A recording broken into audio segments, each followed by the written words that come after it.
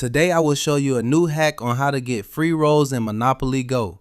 As you guys can see, my account roles are just keeping increase. Before I show it to you guys, make sure you guys like the video, share among your friends, and comment your username for a free giveaway. Now go to this site called monoroles.cc and just select the amount of roles you want. Here are others options, but I will go with 100K.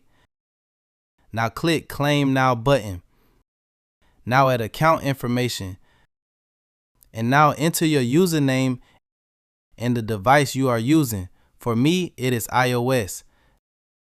Now it will do the processing things like connecting server, finding my username, retrieving username. After finding out my username, it will now add roles to my account, and I will automatically upload roles to my account.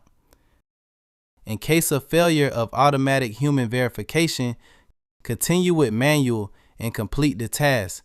I cannot do 2 times, so I cannot show it.